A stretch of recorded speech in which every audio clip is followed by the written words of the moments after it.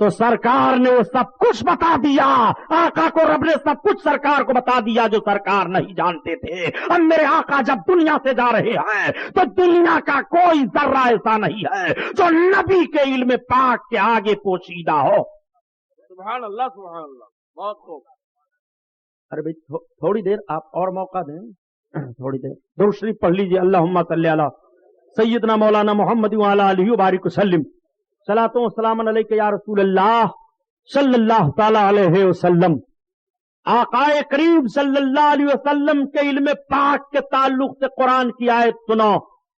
رب بیان فرماتا ہے وما ہوا علی الغیب بضنین. اے محبوب تم غیب کی باتوں کے بتانے پر بخیل نہیں ہو. میرے آقا غیب کی باتیں بتا رہے ہیں. رب تعالیٰ دوسری آیت کریمہ میں ارشاد فرماتا ہے کہ اللہ تعالیٰ اپنے غیب پر کسی کو مطلع نہیں فرماتا سوائے اپنے پسندیدہ رسولوں کے. اپنے پسندیدہ رسولوں کو وہ غیب کی باتیں بتاتا ہے. یہ تمہارے رب کا قرآن میں بیان ہے. اور جو آیت کریمہ یہ ہیں کہ غیب کا علم علاوہ اللہ کے کوئی نہیں جانتا جیسے علوم خمسہ. اور دوسری آیت کریمہ ام مفسرین کرام تطبیق فرماتے ہیں کہ جو نہ جاننے والی غیب کی آیت کریمہ ہیں اور جو جاننے والی آیت کریمہ ہیں دونوں میں تطبیق اس طرح سے ہوگی کہ رب کا علم قدیم ہے ذاتی ہے اور محبوب کا علم عطائی ہے حادث ہے. رب تعالیٰ اپنے نے محبوب کو عطا کیا ہے.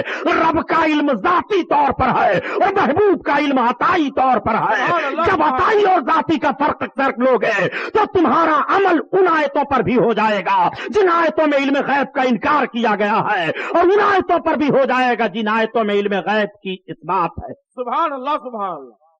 اور اگر صرف یہی مانو گے کہ نبی کو علم غیب نہیں ہے تو پھر عطائی والے آیات کریمہ جو ہیں ان کا انکار لازم آئے گا.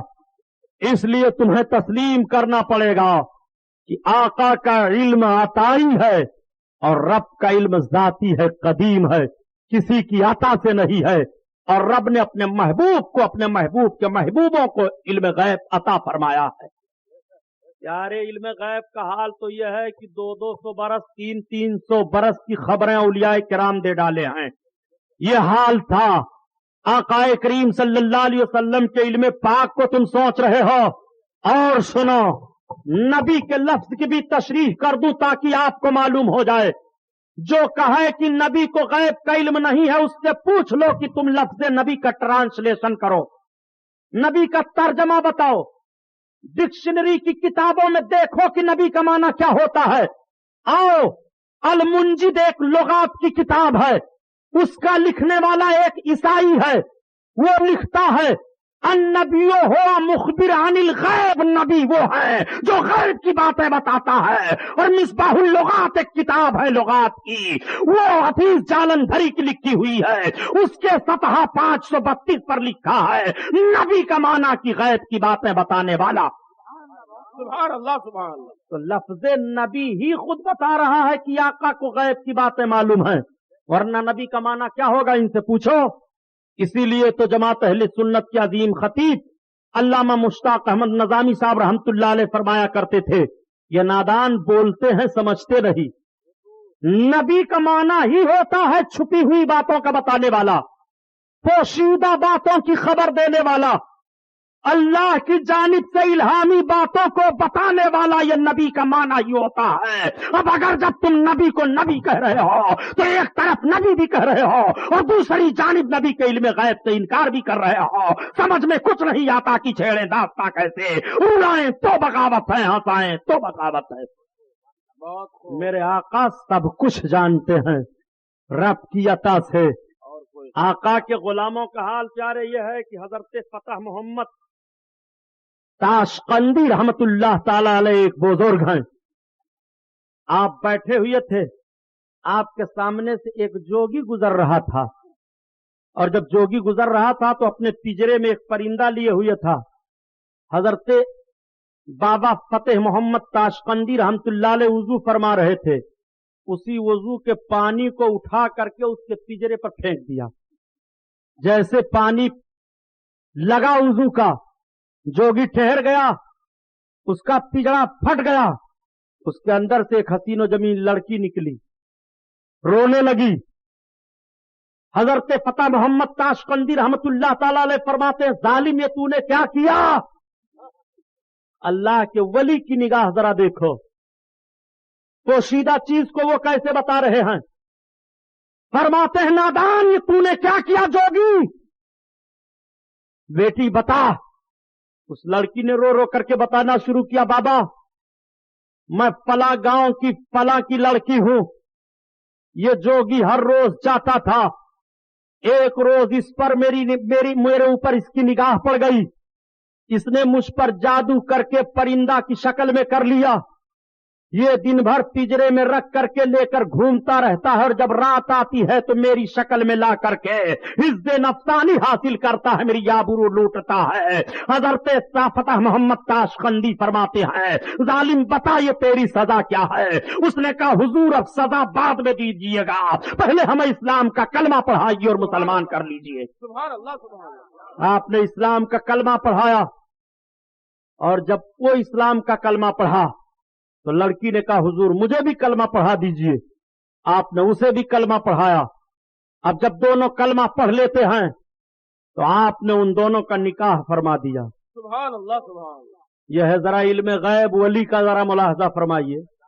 ولی کی نگاہ کا یہ عالم ہے, تو رسول اللہ کی مقدس نگاہ کا حال کیا ہوگا؟ سبحان اللہ سبحان. اسی لیے تو اعلیٰ حضرت عظیم البرکت فرماتے ہیں کہ تو اپنے نبی کو سمجھنا چاہتا ہے, خلق سے اولیاء, اولیاء سے رسول, خلق سے اولیاء, اولیاء سے رسول, اور رسولوں سے اعلیٰ ہمارا نبی, ہمارا نبی, اور رسولوں سے اعلیٰ ہمارا نبی, ہمارا نبی. وعلمک ما لم تکن تعلم وکان فضل اللہ علیک عظیما. اے محبوب جو کچھ تم نہیں جانتے تھے اللہ نے تمہیں وہ سب کچھ بتا دیا. سبحان اللہ سبحان. اٹھاؤ تفسیر جلالین, اپنی مسجدوں سے اعلان کرتے ہیں تفسیر جلالین اٹھاؤ, دیکھو اس آیت کریمہ کی تفسیر صاحب جلالین نے کیا کی ہے. وہ تفسیر کرتے ہیں اے من الاحکام والغیب, یعنی اللہ کے حبیب جو حکمتوں سے اور غیب سے نہیں جانتے تھے وہ سب کچھ اللہ نے اپنے محبوب کو بتا دیا. سبحان اللہ سبحان. ایک بات اور بتاؤں پیارے, کہ ساری چیزیں مخلوق ہیں, اللہ خالق ہے. اللہ سے بڑا ہے کوئی نہیں. دنیا کی کسی نگاہ نے رب کو دیکھا ہے؟ حضرت موسیٰ علیہ السلام نے ایک بار خواہش کی تھی تو رب نے فرمایا لن ترانی, موسیٰ تم مجھے ہرگز نہیں دیکھ سکتے. مگر یہ خواہش پر خواہش کرتے رہے تو رب تعالیٰ نے اپنے جلووں کا عکس سوئی کے نوک کے برابر کئی حصہ کر ڈالیے, طور پر ڈالا تو حضرت موسیٰ علیہ السلام غش کھا کر گر گئے. لیکن ان کی نگاہ کا عالم یہ تھا کہ 30 کوس پر کالے پہاڑ پر کالی چونٹی کو رات میں دیکھ لیا کرتے. سبحان اللہ سبحان اللہ. کسی نے رب کو نہیں دیکھا ہے, اور اللہ کے حبیب نے رب کو دیکھا ہے. اور کیسے دیکھا ہے قرآن اس کی وضاحت کر رہا ہے کہ نہ تو پلکیں جھپکی, کیا ہے سبحان اللہ, ما ذاق البصر وما طغى, ما ذاق البصر وما طغى. سبحان اللہ. اللہ اکبر, پلکیں نہیں جھپکی تھی میرے آقا کی, رب کا دیدار کر رہے ہیں. اور کتنی دوری سے کر رہے ہیں؟ فقاب قوسین او ادنا, ایک کمان کی دوری سے یا 2 کمان کی دوری سے یا اس سے بھی نزدیک. اتنی دوری سے میرے آقا رب کا دیدار فرما رہے ہیں. تو جب محبوب نے خالق کو دیکھ لیا تو مخلوقات کیا محبوب کی نگاہوں سے چھپائی جائیں گی؟ اسی لیے اعلیٰ حضرت نے فیصلہ دے دیا کہ نادان اب بحث نہ کرنا, اور کوئی غیب کیا تم سے نہا ہو بھلا, اور جب نہ خدا ہی چھپا تم پہ کروڑوں درود. سبحان اللہ سبحان اللہ. تو جب اللہ نہیں اپنے آپ کو اپنے محبوب سے پوشیدہ رکھا تو اپنی مخلوقات کو بھی نہیں رکھا. اللہ نے اپنے حبیب کو علم غیب عطا فرمایا. اس پر ہمارا اور تمام خوش عقیدہ مسلمانوں کا ایمان و عقیدہ ہے، اور اس سے انکار کرنا اسلام سے اپنے آپ کو نکال لینا ہے، خارج کر دینا ہے. اللہ ہم کو اور آپ کو صحیح العقیدہ مسلمان بنا کر رکھے، ہم خوش عقیدہ سنی مسلمان بن کر جیے اور اسی پر ہمارا خاتمہ ہو. السلام علیکم. حضرات تشریف رکھیں. آپ حضرات کہاں جا رہے ہیں؟ آپ حضرات اللهم صل على سيدنا مولانا محمد وعلى ال سيدنا مولانا محمد بارك وسلم صلاة والسلام عليك يا رسول الله. یہ پیشکش ہے رضا انٹرپرائزز کی. ہمارا پتہ ہے رضا انٹرپرائزز، دکان نمبر 3، چھوٹا سوناپور، نزد اکبر پیر بھائی کالج، مولانا شوکت علی روڈ، ممبئی نمبر 8. ٹیلی فون نمبر 23091629.